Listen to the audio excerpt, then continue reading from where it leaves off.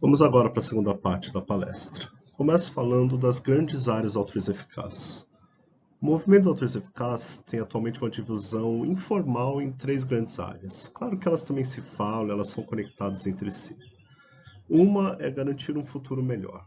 Então, no contexto do altruísmo eficaz, geralmente está associado com prevenir catástrofes globais que podem causar grande dano ao nosso futuro ou de outros seres, né? Aos animais também. Então, o aquecimento global é o melhor exemplo clássico que todo mundo conhece do que é um desses riscos.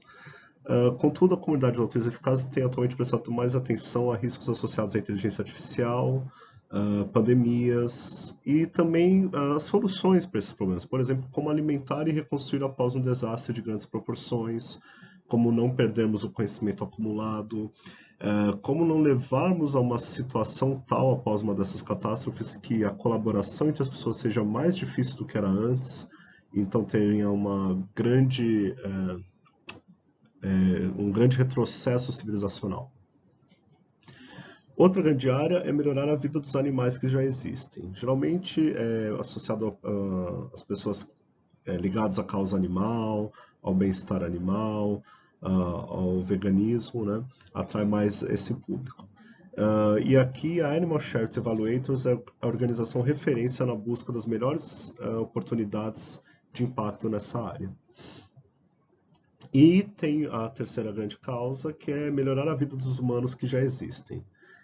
Isso é geralmente, mas não necessariamente, associado ao enfrentamento da extrema pobreza e doenças tropicais negligenciadas, aos problemas de saúde dos pobres. E o foco da nossa conversa hoje será nessa área. Pensando em melhorar a vida dos humanos que já existem, a organização de referência é a GiveWell, e mais recentemente tivemos a Happy Lives Institute, duas organizações muito interessantes no movimento do altruísmo eficaz. Então a GiveWell ela é a maior das organizações, com mais tempo, mais estrutura e consegue hoje conduzir já há muito tempo avaliações rigorosas. E ela tem sempre focado em pessoas vivendo em extrema pobreza. Então, por exemplo, uma das organizações que ela apoia, a Give Direct, dá dinheiro diretamente para as pessoas, isso é uma das medidas. Mas a maioria das organizações recomendadas, na verdade, trabalha no combate a doenças tropicais, tal como malária, verminoses, ou então suplementação alimentar, por exemplo, a suplementação de vitamina A. Vamos falar um pouco mais disso mais para frente. Já o Happy Lives Institute tem por foco a saúde mental. Então, o Instituto acredita que investimentos em saúde mental podem ser ainda mais custo-eficazes no aumento de qualidade de vida do que intervenções feitas pela GiveWell. Então, ela tem buscado intervenções que possam bater as organizações já recomendadas pela GiveWell, o que seria muito proveitoso, né? Termos essa alternativa, essa busca de alternativa, e até essa concorrência entre organizações é muito bem-vinda no movimento. E esse trata-se de um debate em aberto, se pode efetivamente ou não ser mais eficaz esse tipo de intervenção. Então, quando nós falamos em melhorar a vida dos humanos que já existem, parece fazer muito sentido ter foco em pessoas que estejam em extrema pobreza e atuando então nos países mais pobres do mundo. Né? E há um argumento bastante intuitivo para isso, né, gente? A renda é muito maior nos países mais ricos e muito menor nos países pobres. Ainda que existam pobres em países como Estados Unidos, Japão, é uma pobreza muito menos extrema e causando muito menos problemas e menos dor a essas pessoas quando comparada à pobreza das pessoas dos países do terceiro mundo, os países mais pobres. E também faz sentido quando você pensa que $1 doado para uma pessoa num país pobre é capaz de fazer muito mais bem que $1 doado para uma pessoa em um país rico. Né? Você consegue comprar mais coisas, realizar mais coisas com $1 num lugar do que $1 no outro. Eu falo dólar, pode ser real, enfim, qualquer outra moeda. Agora, ainda assim, eu acho que é legal notar que tem um contraponto possível, né? Eu linko aqui um interessante artigo de Stephanie Wickstra, que ela chegou a trabalhar na GiveWell no passado, e ela construiu uma argumentação muito interessante sobre um tipo de organização do primeiro mundo que pode alcançar a eficácia comparável a doações para o terceiro mundo. E nesse sentido, além do foco nos mais pobres, parece fazer muito sentido focar nas intervenções de saúde. Por isso que atualmente a GiveWell só recomenda intervenções nessa área de saúde e historicamente foi a grande maioria das intervenções recomendadas, né? Trata-se de um problema urgente, né? Se você para pensar o número de vidas envolvidas, de qualidade de vida sendo perdida por doenças que poderiam ser prevenidas, né? Então, todos os anos, cerca de 10 milhões de pessoas morrem nesses países vítimas de doenças que podem ser evitadas ou tratadas de forma barata, como malária, HIV, tuberculose e mesmo diarreia. Bom, além do sofrimento causado por essas doenças e mortes causadas, elas também contribuem para a menor prosperidade. Então, elas também não deixam de ser uma armadilha de pobreza, né? Pois perde-se produtividade quando pessoas adoecem. Elas deixam de trabalhar, deixam de produzir, deixam de ir nas suas lavouras fazer a colheita, fazer o plantio e às vezes, inclusive em momentos chaves nessas situações, né? Que é regulada pela condição do clima, né?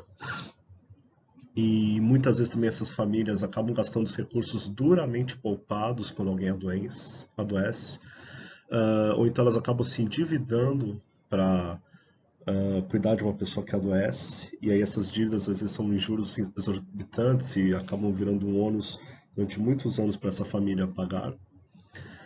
E também no longo prazo perde-se produtividade, quando as crianças deixam de ir à escola, estudar pois estavam doentes, como a gente já comentou na primeira sessão, né, dessa apresentação.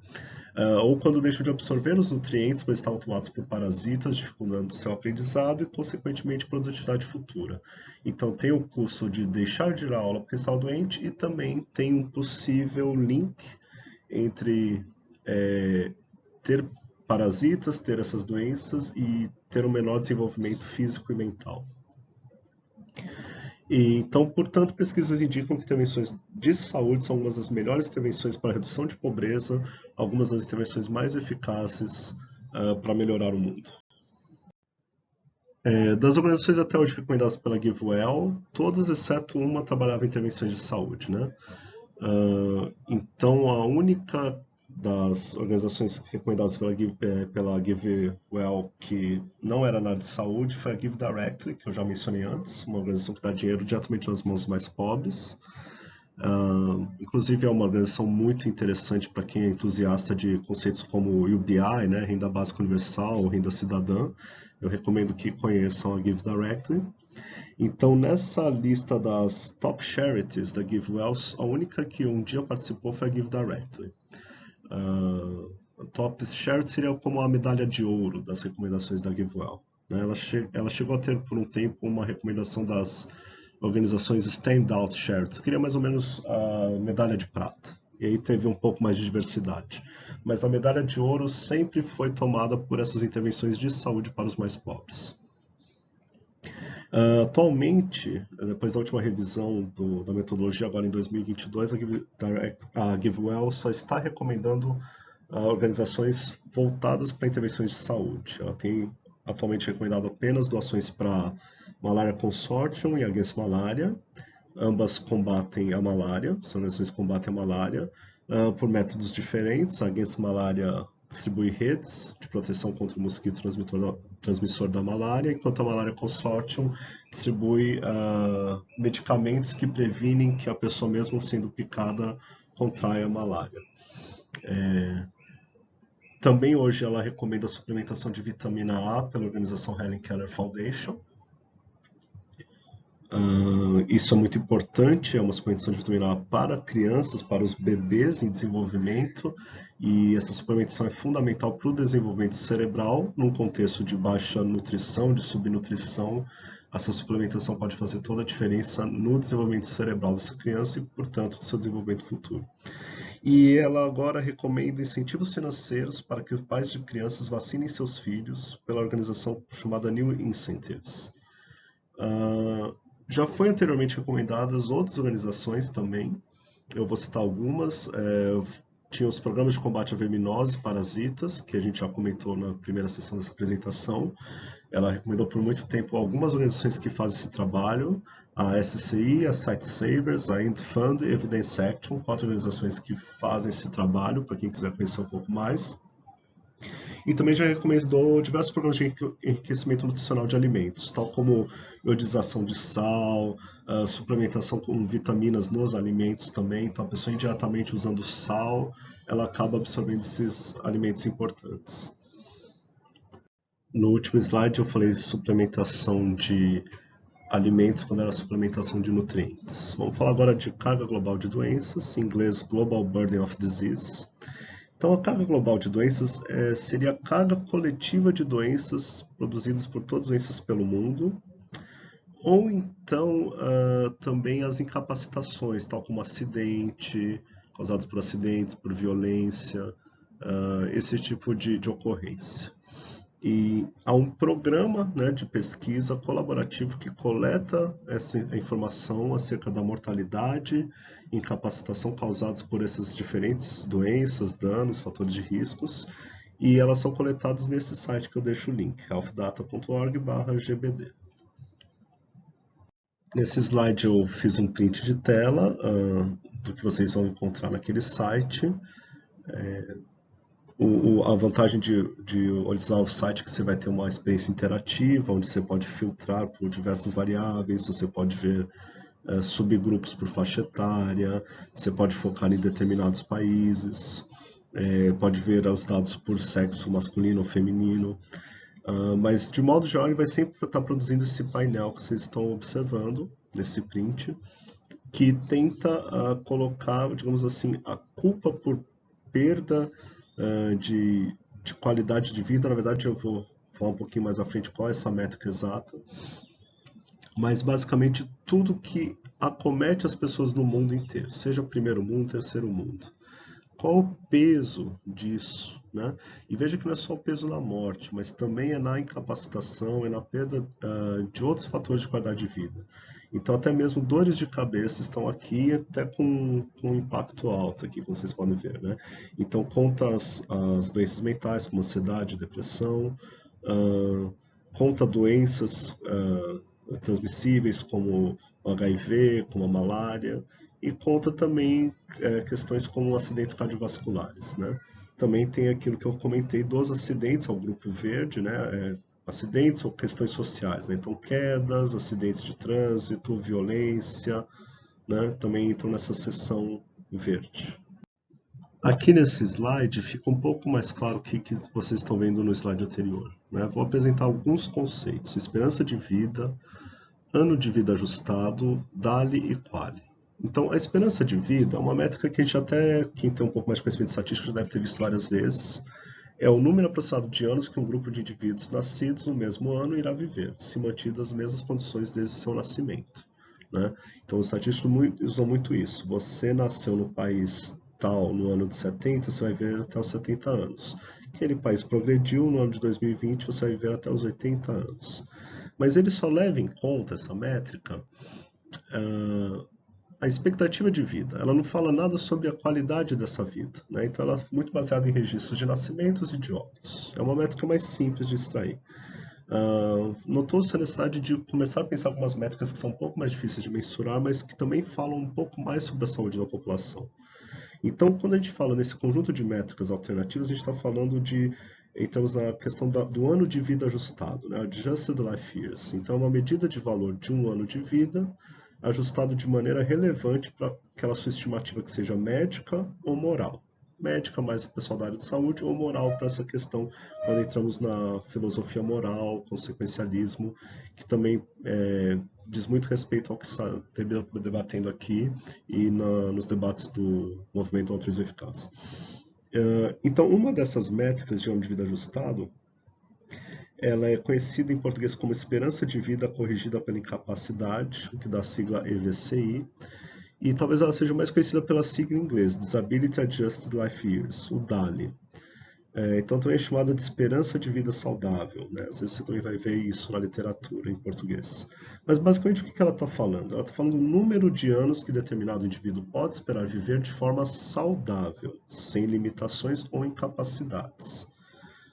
A própria OMS reconhece tratar-se de um método mais preciso que apenas esperança de vida, ao levar em conta fatores de qualidade de vida.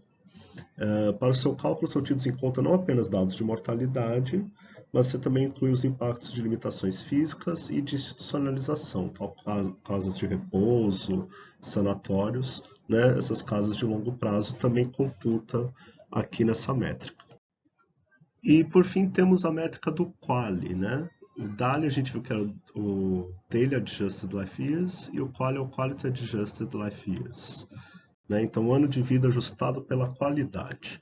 É uma métrica ainda um pouco mais difícil de se extrair, mas que também traz um ganho aqui, né? Porque ela combina a duração de vida e qualidade de vida em um único número. Né? Então, ela é composta por duas variáveis. Primeiro, a quantidade de tempo que a pessoa costuma viver conforme o seu estado de saúde. Né? A outra variável é como as pessoas se sentem naquele estado de saúde. Então, você está acrescentando o DALY, que já é uma evolução de esperança de vida, com essa informação subjetiva das pessoas. Né?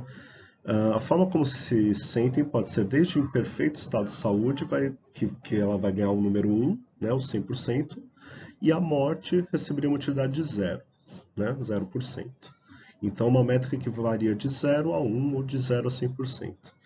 Em algumas circunstâncias é possível acumular números negativos. Isso é interessante do Quality Adjusted Life Years, né? Para refletir no estado de saúde que a pessoa considere pior do que estar morto, né? Então, alguns casos, por exemplo, de depressão crônica podem entrar nesse número negativo. E há, inclusive, tentativas de mensurar objetivamente o sofrimento animal usando essa escala QALY, né?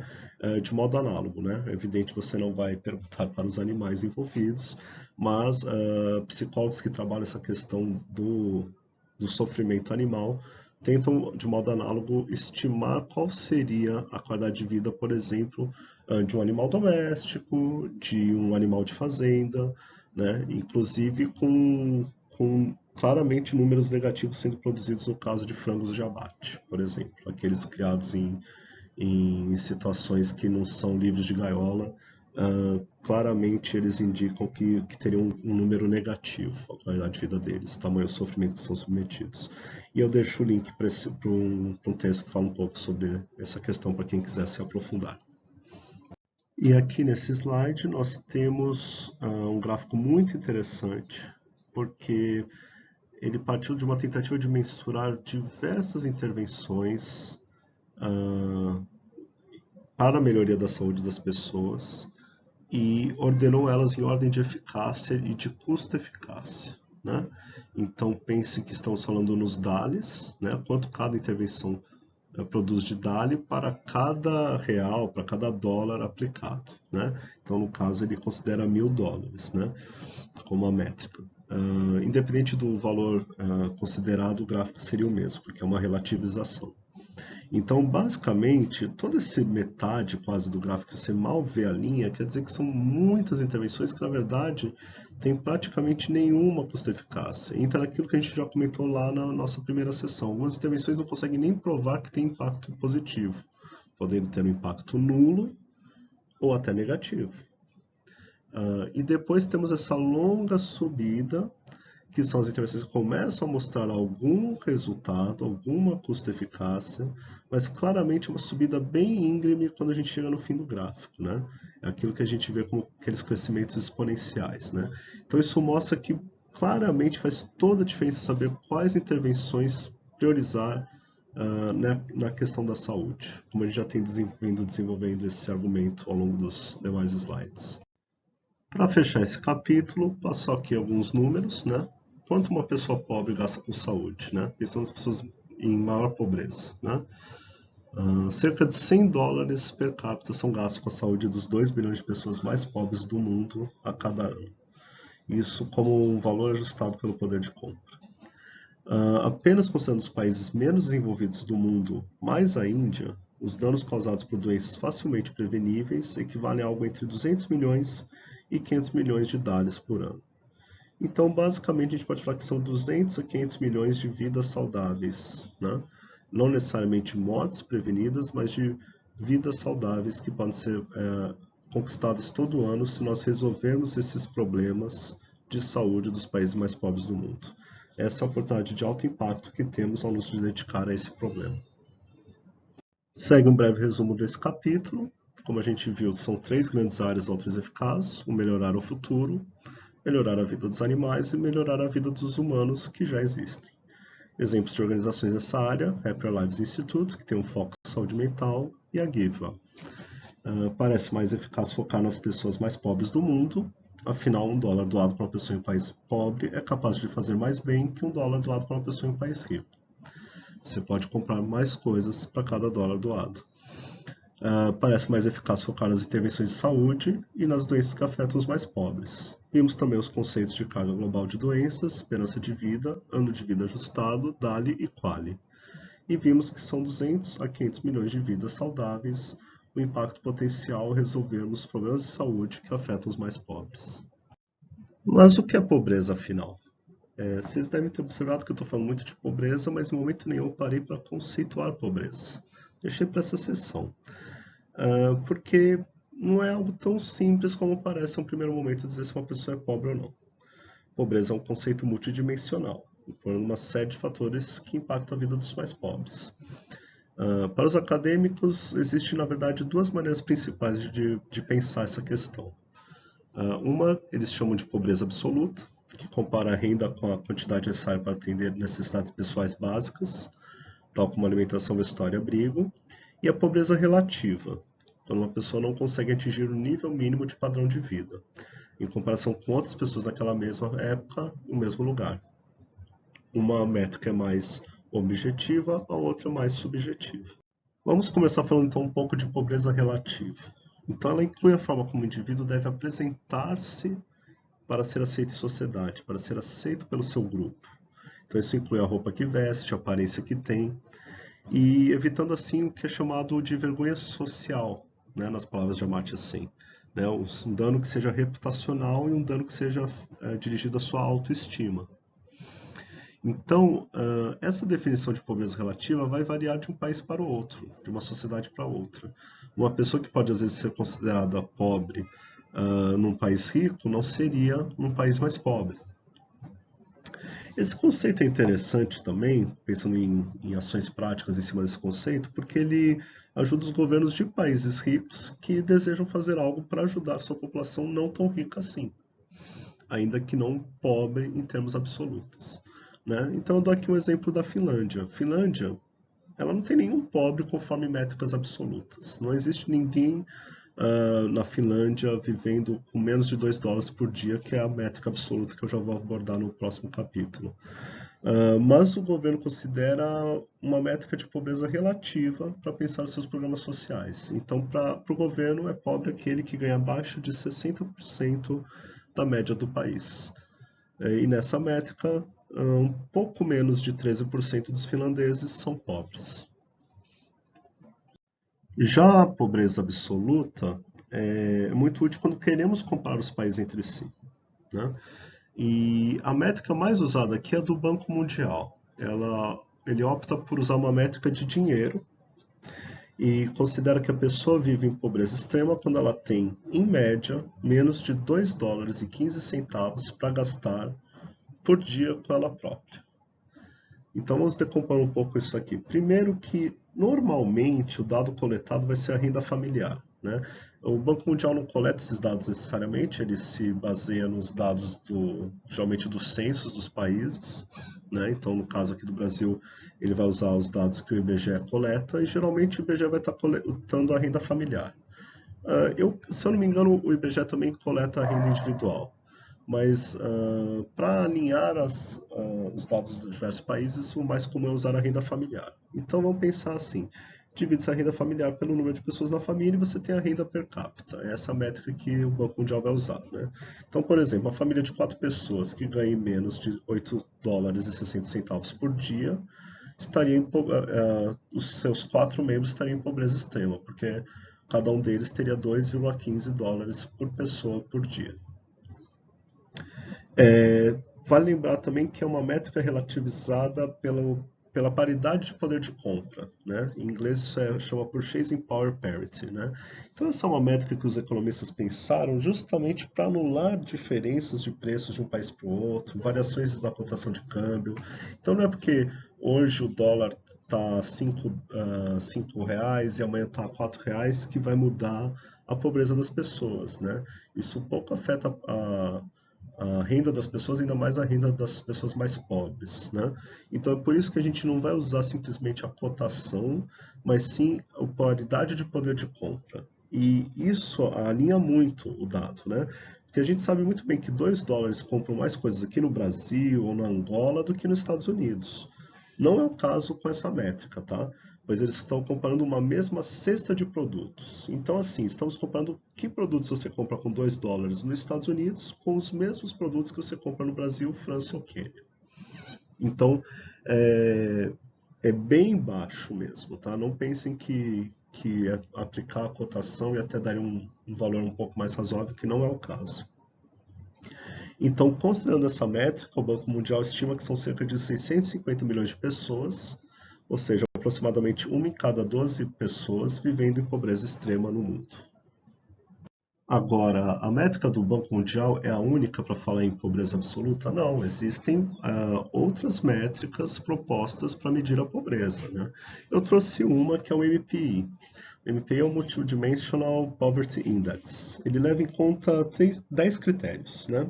Ele leva em conta nutrição, mortalidade infantil, anos de estudo, frequência escolar, combustível para cozinhar, saneamento, água potável, eletricidade, pavimentação e rendimento. Então, qualquer pessoa que não tem acesso a 1/3 desses indicadores ou mais é considerada, nesse indicador, uma pessoa pobre. E nesse indicador, 15% da população global é considerada pobre. 1,2 bilhões de pessoas, 1,2 bilhões de pessoas. Agora, vale observar que a tendência, felizmente, é de queda. São números muito grandes e devem ser combatidos, não podemos medir esforços para reduzir a pobreza global. Pensar que de 600 a 1,2 bilhões de pessoas estão em extrema pobreza, dependendo da métrica, é um número muito alto. E não quero com essa fala diminuir a gravidade desse problema, mas o fato positivo é que há uma tendência constante de queda há várias décadas no número de pessoas em extrema pobreza, né? Então esse gráfico aí que eu trouxe ilustra bem, né? Eles fazem uma reconstrução de dados mais antigos, remontando até 1820, claro que aí são estimativas, não há dados precisos nessa época. Nas décadas mais recentes a gente tem uma coleta mais precisa de dados, mas fica muito claro a progressiva queda no número de pessoas em pobreza extrema e principalmente nas últimas décadas, né? Então isso também vai valer para outras metodologias, tá? Esse gráfico está usando o critério do Banco Mundial, mas também o MPI, por exemplo, na sua primeira edição, considerava que havia 1,6 bilhões de pobres num mundo bem menos populoso. Nesse mundo era 30% da população da época, né? Então você tem mesmo uma redução de queda também por essa métrica do MPI. Então, resumindo esse capítulo, a gente viu que a pobreza relativa é absoluta, a relativa varia de sociedade a sociedade, ela é mais subjetiva, ela leva em conta status social e autoestima. Já a pobreza absoluta leva a métricas mais objetivas, ela é aplicável a todo o planeta. Para o Banco Mundial, a extrema pobreza é ganhar $2,15 por pessoa por dia. Nessa métrica, 650 milhões de pessoas estão vivendo em pobreza extrema. Já para o Multidimensional Poverty Index, são 1,2 bilhões de pobres. No caso, lhes falta 1/3 ou mais daqueles recursos básicos que acompanham o critério. Apesar dos números graves, felizmente a pobreza está diminuindo. Agora eu vou falar um pouco de pobreza no Brasil. Lembrando, antes de mais nada, que nós, Altruísmo Eficaz, recomendamos que você não pense apenas em termos de fronteiras nacionais. Se você tem a capacidade de fazer o bem pensando globalmente, considere fazê-lo, né? Contudo, até por estarmos no Brasil, às vezes nos deparamos com oportunidades de fazermos o bem localmente. E também, para muitas pessoas, elas estão imbuídas do senso de devolução para o país. Então, eu achei interessante incluir aqui uma pequena sessão para discutir um pouco como anda o problema da pobreza no Brasil. De acordo com o estudo da FGV, o Brasil tem hoje 63 milhões de pobres e 33 milhões de pessoas extremamente pobres. E 10 milhões dessas pessoas integraram um grupo entre 2019 e 2021. Né? O grupo de pobres aqui, tá? Não de extremamente pobres. Quase toda a população de Portugal passando a ser pobre numa diferença de 2 anos. Vale lembrar também que, infelizmente, pobreza também implica a fome. De acordo com o segundo inquérito nacional sobre insegurança alimentar, temos hoje 33,1 milhões de brasileiros que não tinham garantido o que comer no dia seguinte. Isso é 16% da população. Isso também representou um aumento de 14 milhões comparado ao primeiro estudo de 2020. Mas eu vou fazer questão de destacar que o Brasil não apenas tem muito pobres, como ele também é um país pobre. Ao contrário do que muitas pessoas pensam, o Brasil não é um país rico. O Brasil é hoje a 13ª economia do mundo. Isso pode parecer muito, mas vale lembrar que somos o 7º país mais populoso do mundo. Temos uma renda por habitante próxima do Iraque. O Iraque de hoje, após todas as guerras que passou, a gente tem uma renda por habitante próxima à do Iraque.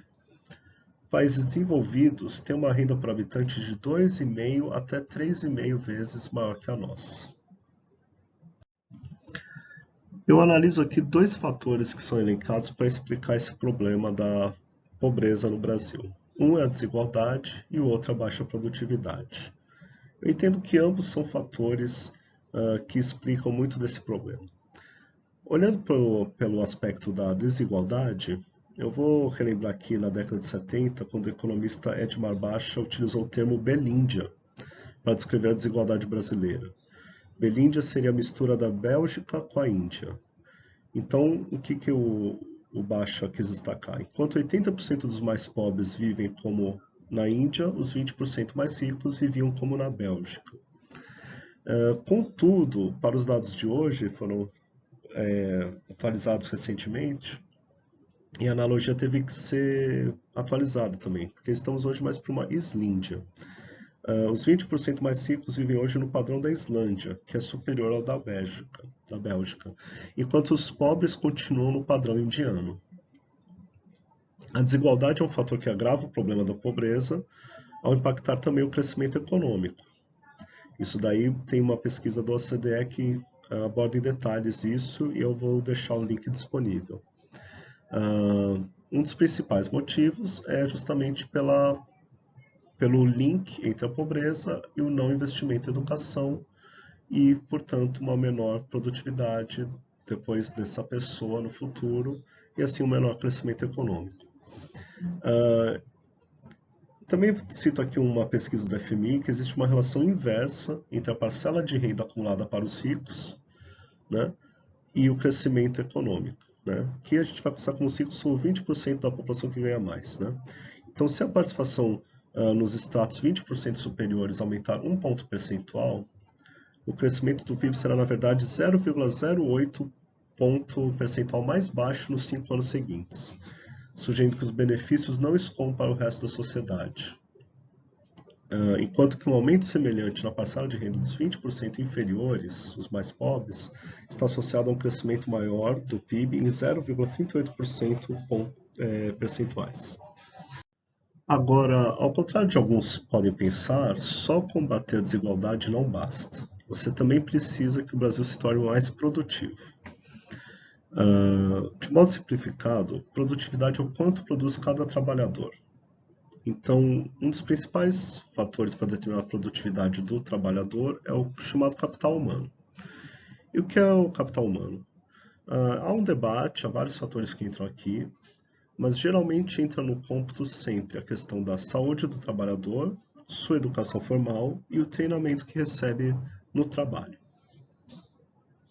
E aqui eu vou citar um estudo da PUC-Rio que comparou um grupo de países semelhantes ao Brasil. Entre 1995 e 2002, tanto o Brasil quanto os países praticamente estagnaram na produtividade. Contudo, ocorreu um fenômeno depois de 2003. A produtividade disparou nesse grupo de países, mas continuou estagnada no Brasil. Os gráficos nesse slide mostram o PIB por pessoa empregada e um gráfico que mostra a falta de capital humano no Brasil comparado com esse grupo de controle, ilustrando o argumento do slide anterior. Então, em resumo, o Brasil tem 63 milhões de pobres e 33 milhões de pessoas extremamente pobres. 33,1 milhões de brasileiros não têm garantido o que comer. Esses números pioraram nos últimos anos. O Brasil não apenas tem muitos pobres, como também é um país pobre, com renda per capita similar à do Iraque. Trata-se de um problema tanto de desigualdade quanto de baixa produtividade. Produtividade depende de capital humano, o qual depende de trabalhadores saudáveis e educados. Mas os números da educação brasileira também são decepcionantes.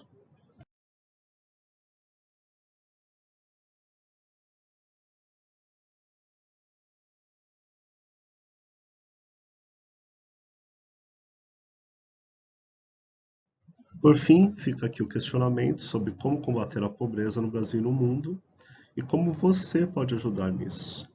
Primeira recomendação, vou reforçar novamente, leia o Guia de Carreira do 80 Mil Horas para orientar sua carreira no sentido de melhor impactar positivamente nesse problema, ou algum outro dos grandes problemas globais que você julgar mais adequado com as suas aptidões. Considere fazer doações regulares para algumas das ONGs mencionadas como mais eficazes nessa apresentação, tal como a Guess Malária, ou diretamente para GiveWell, ou então também para a Doe Bem, que é a organização brasileira que intermedia doações para essas organizações. E, por fim, sugiro que elegendo melhores representantes na eleição que virá em breve. Obrigado. Meu nome é Fernando Moreno e eu deixo os meus contatos aí embaixo.